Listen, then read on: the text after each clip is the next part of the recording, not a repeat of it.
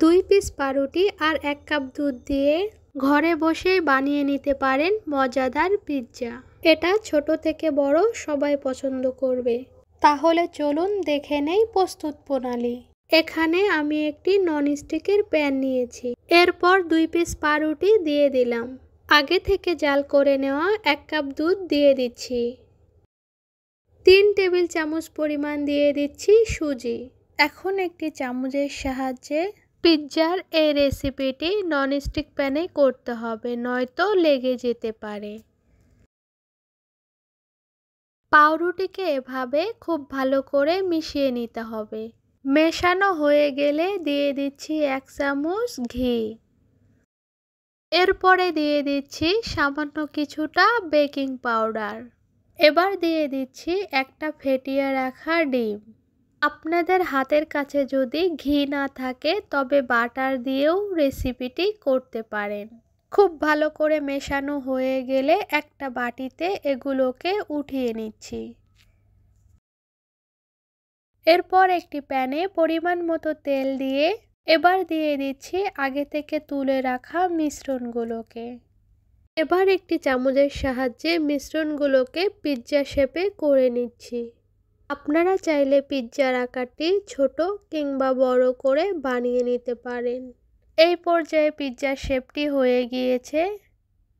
7 মিনিটের জন্য ঢাকনা দিয়ে ঢেকে আর অবশ্যই চুলার আঁচটাকে মিডিয়ামে রাখতে হবে। 7 মিনিট পরে ঢাকনাটিকে উঠিয়ে এটাকে আমি উল্টিয়ে দিচ্ছি অপর পাশ হওয়ার জন্য। এর উপরে দিয়ে দিচ্ছি 1 টেবিল চামচ টমেটো সস।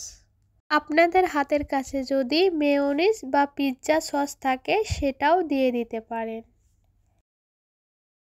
সামান্য একটু চিলি ফ্লেক্স দিয়ে এরপরে দিয়ে দিচ্ছি চিজ।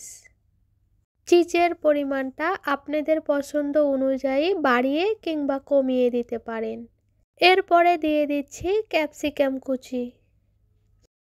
এরপরে দিয়ে দিচ্ছি টমেটো কুচি। আপনারা চাইলে লাল ক্যাপসিকামটাও ব্যবহার করতে পারেন। এরপরে দিয়ে দিচ্ছি পেঁয়াজ কুচি। আমার এই পিৎজার রেসিপিটি একবার হলেও ট্রাই করবেন, আশা করি অনেক ভালো লাগবে। এরপরে দিয়ে দিচ্ছি চিকেন সসেস।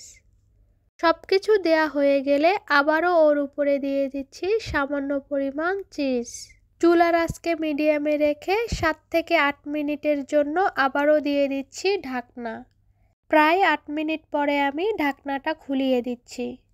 দেখতেই পেলেন আপনারা খুব সহজেই তৈরি হয়ে গেল ব্রেড পিৎজা। এবার পিৎজাটাকে উঠিয়ে নিয়ে পরিবেশন করছি। অল্প সময়ে খুব মজার এই পিৎজাটা আপনারা বাসায় বানিয়ে নিতে পারেন।